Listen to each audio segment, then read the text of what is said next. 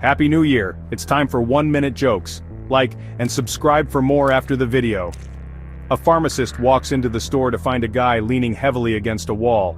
He asks the blonde clerk, "What's with that guy over there by the wall?" The blonde clerk responds, "Well, he came in here this morning to get something for his cough. I couldn't find the cough syrup, so I gave him a bottle of laxative." The pharmacist said, "You can't treat a cough with a laxative." The blonde clerk responds, "Of course you can. Look at him, he's afraid to cough." Happy New Year! Like and subscribe for more 1-minute jokes to use on your family and friends daily.